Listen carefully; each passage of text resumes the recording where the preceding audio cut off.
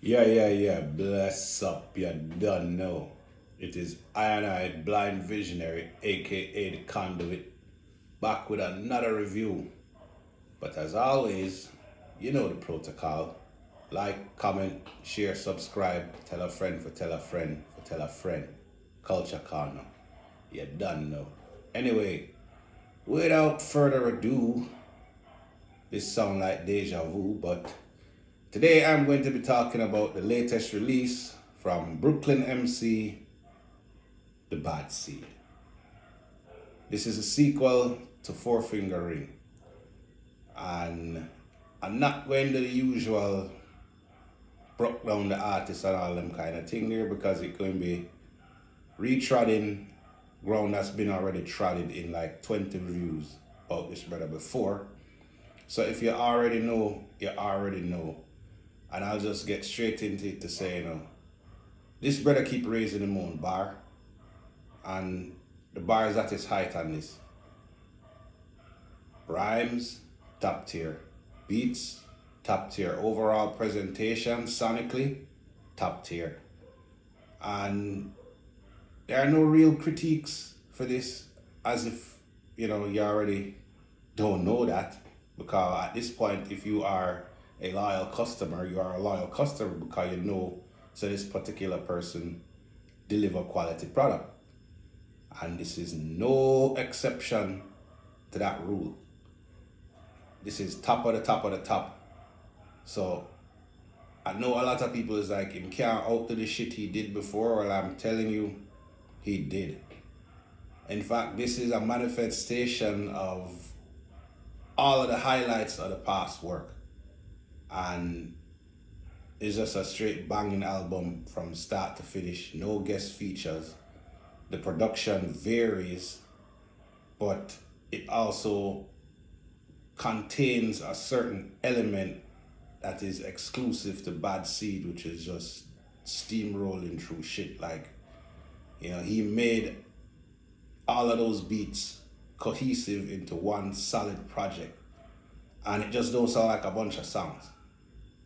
It have a bunch of nice drops on it that kind of give you the theme that, okay, this is an event, this is a feature presentation, and you're locked in from beginning to end.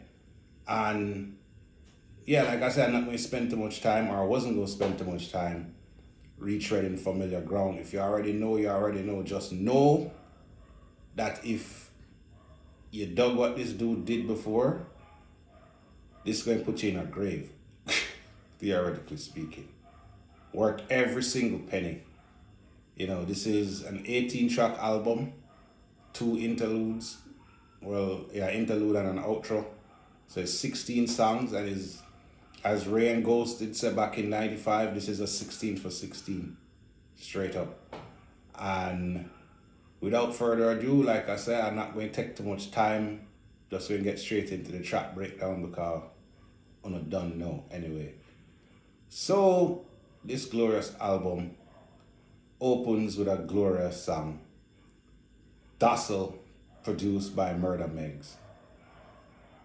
Now, right off the bat, when this open, you hear the dramatic, triumphant trumpet, and you're like, yeah, once the beat drop, you lock in. And then, as far as rhymes go,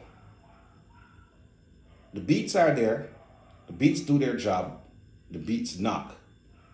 But as far as rhymes go, putting words together cleverly and making them rhyme, what the base of MCing is based on, A plus, effortless, comfortable.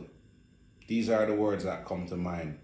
And this dude keep pushing himself, like him say, yeah, I could easily just fall back and just go into cruise control on the shit that I put out before this. But no, I want to outdo it. And I was like, how the hell am I going to outdo it when I heard this shit? And then I was like, yeah, this one song, this opener song, proves that. And it don't let up. It just keep going from there. And yeah, important openers, as I always say. So this nails that task to the wall, boom. So then we'll get to track 2, Raw Side Chopper Suit, produced by CJ Dope. Now, apart from this being a dope track, rhyme wise, and a banging beat, and Seed being Seed, he's also paying homage to a brother who we all know in the immediate underground circle as Brutus Maximus, who runs a very significant website called Raw Side Hip Hop. So significant that technically a song has been dedicated to not just this youth, but what him represent, what we all represent, what we all love, the raw side of this hip hop. And then, you bring in the chopper suit thing with the Australian reference, dope shit. And we're off to the races. Not a solid ass track, paying homage to a solid ass dude. So yeah, Brutus, if you see this, big up, you done know. Have your back, you already know. So yeah, anyway. So then we have Nice Like That, produced by either Drewzilla or Drozilla. I don't fucking know. Phone being my phone. Cuts by Tone Spliff. Heat by Jamaican Humidity, Top Narrated. Sorry for the sweaty fart. It is what it is. Work I forget done. This is night, like 2 o'clock in the morning. Imagine if I was doing this shit in the day. I'd be running enough water out of myself to fill a damn reservoir. Yo, this heat is no joke, but I digress. This is one of 2 paying classics to the classics type joints. Sonically, there's a familiar sample, I won't spoil it. As soon as you hear it, if you're a head, if you're an old head, you're going to immediately, recognize it. And it's a nice, fresh take on it. And the title of the track speaks for itself. Nice Like That, Cuts by Tone Spliff. Nice little joint right here. So as we continue on to track number 4, Shooting at the Laundromat, produced by by C's Finest.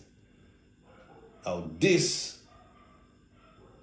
kind of is a song talking about washed up MCs, with C just talking him shit and clearly showing that he's not one of them, but just vaguely addressing the topic.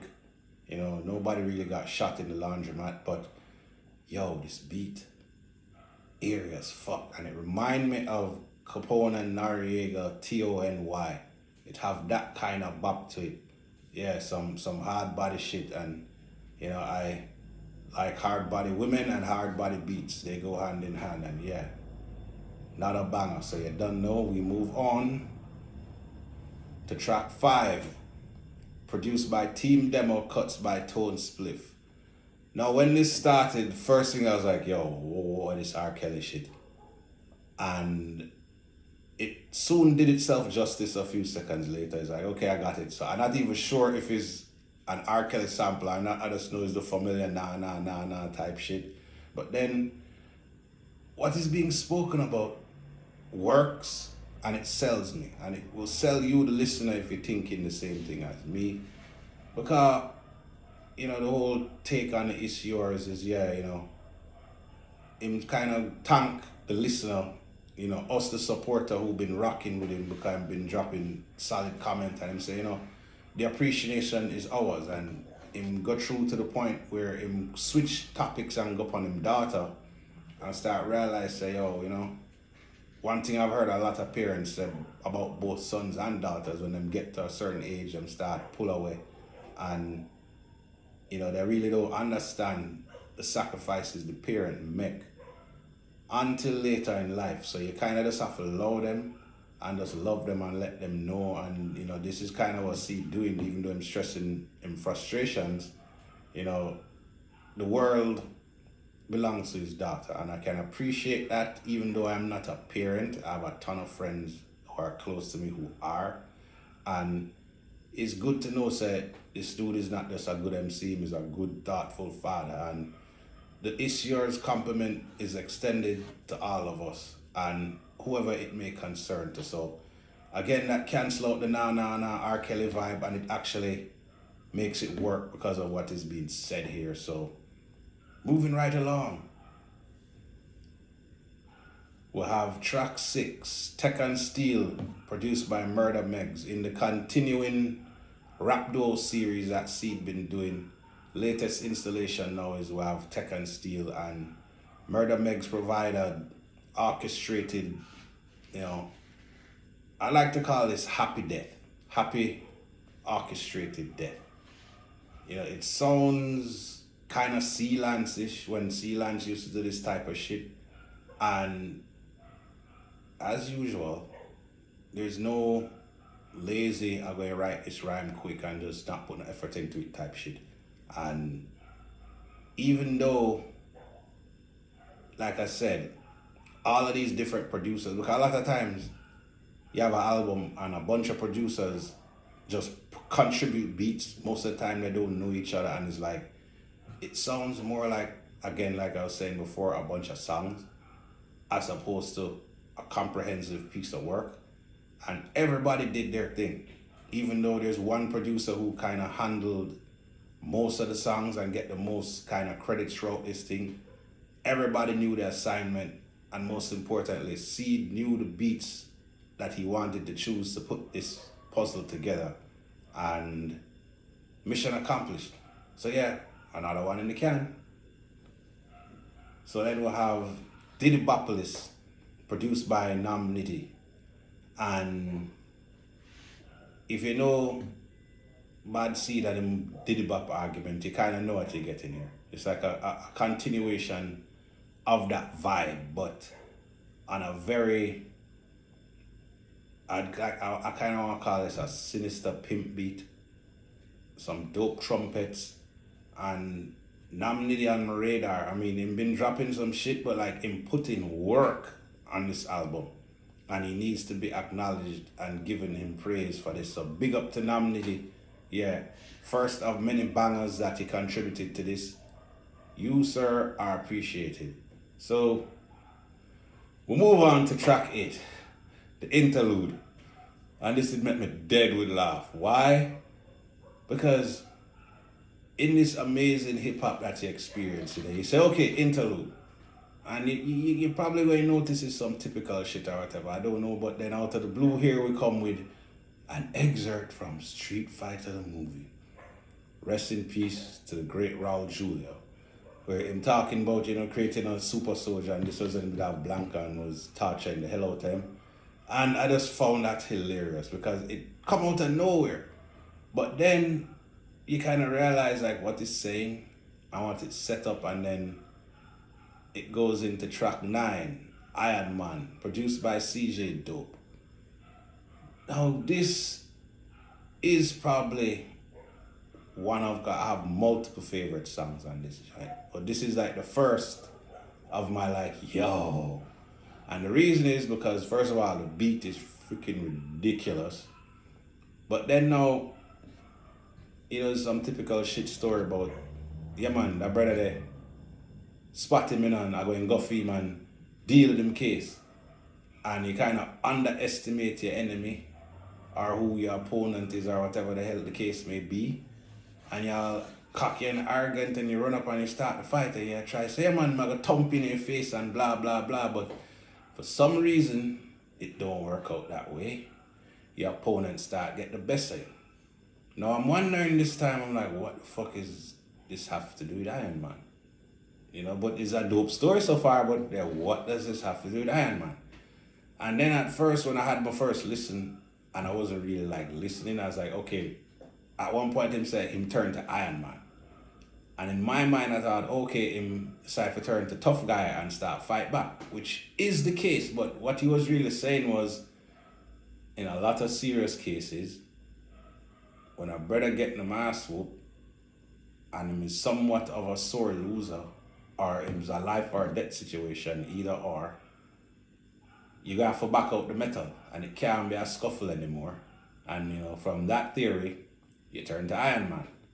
And this is a well executed concept that fit perfectly to this beat, and this is why it earns, the rank of one of my favorite songs on this Rotted album. Anyway, we move on to Revenge of the Fallen, produced by CJ Dope once again. And it hot no bomber clout once again. Anyway, as I was saying, I'm not going to spoil what this sample is, but just know the title will give you a hint. There's nothing really here besides shit talking and a really unexpected looped in a way that I didn't expect it to be looped. And I was like, yeah, this kind of works. I didn't expect this to kind of work, but it really, really worked. And, you know, shit talking at its finest, really. And again, the hint is in the title of what you can expect this to be as far as what CJ Dope flip. And yeah, you're not going to be disappointed. Anyway, so moving on to track 11, Full Metal Jansport, produced by Nam Nitty. Another banger. Like I said, he probably has the most, no, in fact, he does have the most recurring production credits on this project. And rightfully so, like I said before. This is another solid ass job and performance by Seed, and like the concept of this is mainly those mysterious / dangerous things that we keep in that legendary piece of, you know, what do you want to call it? Backware? Baggery? Like, anyway, the legendary Jansport, as the title says. So, you know, Full Metal Jansport, you figure it out. And, you know, the backdrop that Nam Nitty provides for this is official shit. You know, and I know I might sound like, okay, I'm praising this dude and I'm blowing him to the heights of all heights and shit, but pause. That's not the case. You just have to acknowledge good shit. There were issues I've had before in other reviews and I'm pointing them out. Those issues don't exist in this project, so I don't need to point them out. So I kind of know what it sound like, but trust me, listen to some of my other reviews. If I have something to say, I will say it. So yeah, it ain't like that. It's just that this shit is dope no ras. That's what it come down to. Anyway, moving on to my second favorite song, Certified. Banger right here, produced by Murder Megs. Happy birthday, Jay-Z. As soon as I heard this title, or I saw this title on fucking ras, you know what I mean? I'm blind. As soon as I came across this title, I was like, happy birthday, Jay-Z. What the fuck are we going to be talking about? This should be kind of interesting. And yeah, is one of the rare songs on here that just like worth the entire price of admission for the amount of money you're going to pay for this. This is how dope this song is. And this is how significant what is being said is in terms of, look here, you don't know the people. You know, social media just make a lot of us just delusional as fuck. We say, okay, so-and-so follow me or them like my comment. Oh, we're friends. We know each other. Like, you don't have no, you don't have an online banter, let alone a personal banter, but you want to big them up more than your family. You want to big them up more than your own mother. You wishing people just for the sake of just hopping on the bandwagon. Happy birthday, happy Mother's Day, happy Father's Day, like, you and them is kin and shit. Like, fuck out of here with that fake bullshit. I'm glad this was touched on because it is a plague in the community. And it was touched on very well. It don't sound whiny. It is very, very like, yeah, only if you listen to this and take heed, but it's gonna fall on deaf ears, you don't know. So yeah, anyway, second favorite song on this ras. So then we have 6 Million Stories, produced by Shade Cobain. I don't know, my phone read it fast, apologies. But this is a super throwback vibe. Fast tempo beat, paying homage to a classic that I'm not going to spoil, but you know, it touches on the 6 Million Stories theme and, you know, 6 Million Stories from the Rotten Apple type shit. I mean, is something that's been done before. You know, you've heard something like this before, but it's done pretty well over a pretty dope it don't sound corny then as far as doing the whole homage to what it doing, and it still manages to stay modern and current and very well done. So another one in the can. Civil War is the next song up, produced by Namnity. Third favorite song on this Bumbleclot. Yo, yet another very significant message that needs to be said. Besides, global warming is real because I'm sweating no rascal. Yo, this is, I don't think I ever sweat this much in any of my reviews, yo. Bombard. Anyway, real and authentic shit. Just like the Civil War that go on in hip hop. And I can personally attest to this as somebody who has been a fan of this culture for 41 years. I think I've been living it subconsciously before that. But officially when I acknowledge that, yeah, this is a part of my life, was in 1983. So yeah, I've been in it. And the good thing about coming from Jamaica is I didn't have the regional issue. So I listened to all sorts of shit, down south shit, east coast shit, west coast shit, from day one when those movements started. But I kind of noticed that the people who came from the particular regions always had bias towards the other region sounds. Like I remember how New York was in the 90s.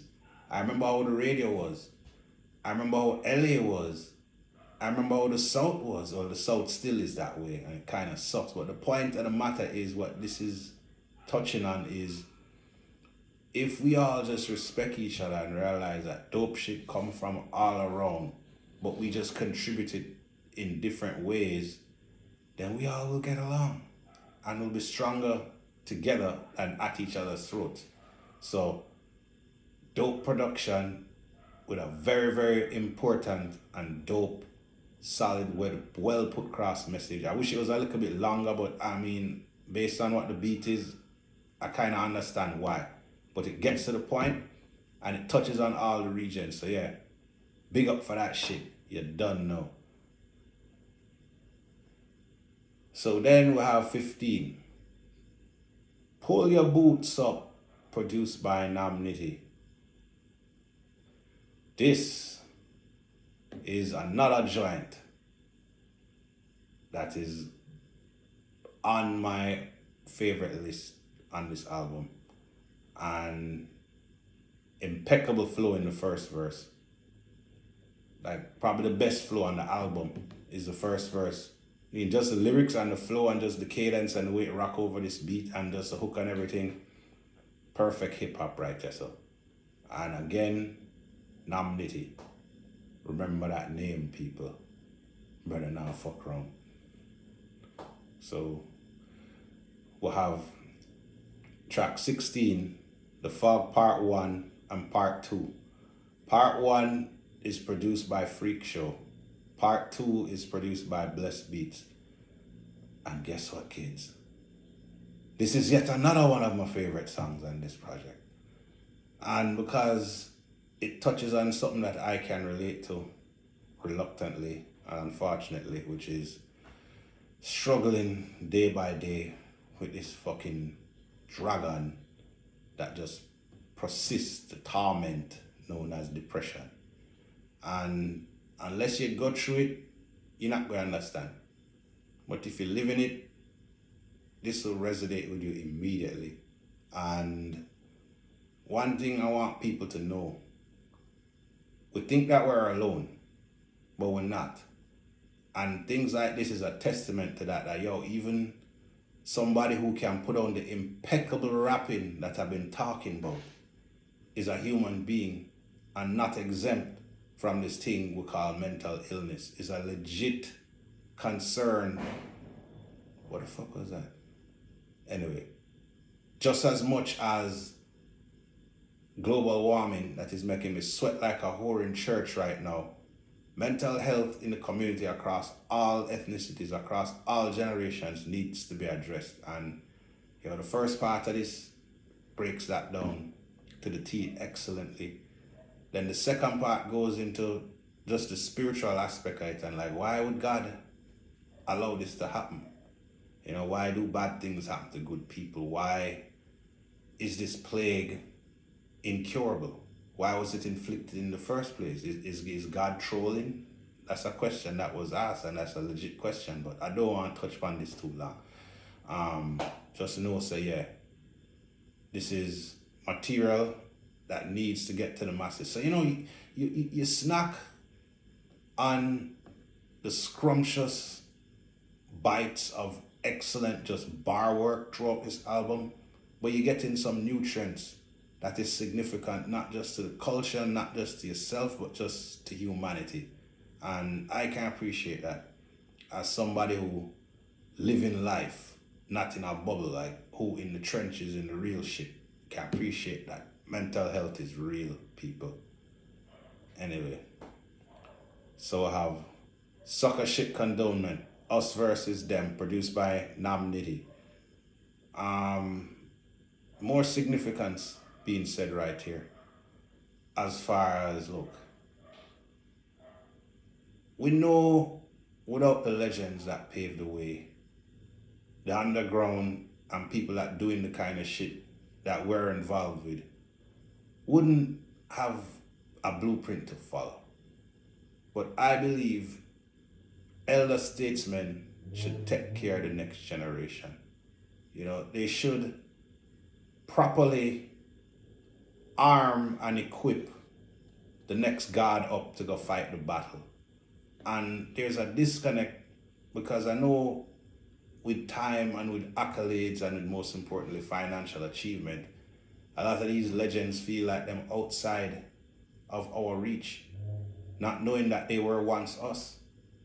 And it would be kind of dope to know that them had some humility to say, well, to say, you say humility, your subconscious is a motherfucker. Anyway, almost done. Yeah, basically, it's saying, look, don't forget where you come from. Throw us a bone, but it's not in a complaining, whiny type way. It's done in a way where it's getting the point across, and it's a very, very valid point that I hope if certain people hear it, they will go, oh, I fucked up. Let me address that and do something about it. Because, you know, Andre 3000 once said, got something to say. Well, sweating ass Kevin Cooper, aka Blind Visionary, have something to say too. The underground have something to say, straight up. And they need to be given the resources and the spotlight and the shine that they deserve, because you have people like this brother I test or Bad Seed putting in extensive work, extensive quality work. And if you want it to continue, support something. Make the man movement grow. I mean, this brother's supposed to be making noise on tour, doing all sorts of shit with Ras, people seriously. Like less than this type of talent is being, put on display. So we need to do something about that, people. And with that said, we get to the last track, which is the closer, the outro, Panic, produced by Brutal Caesar. And it have a speech from, I guess, some preacher dude in a church that's talking about some real shit that real people like me and you listening to this review can relate to. And it's a dope way to end quite a remarkable ride. And I just want to say, big up to consistency. Big up to bars, A+ bars. Big up to a good ear for beats. Big up to a comprehensive release. Big up to something that is worth spending money on. Big up to hip hop. No big up to this heat that have me a sweat like Ras, but they don't know. Big up to the people who tuned into this review. Big up to the Culture Corner crew. Big up hip hop in general. This is a win either way. Four Finger Ring 2 by the Bad Seed. Dropping at the end of this month. You will not be disappointed. Trust me when I tell you. If you are disappointed and are chatting fuckery, I will allow you to insult me on film and I won't respond to it. I have spoken. You done know. Okay, where the fuck is the phone? Stop recording video.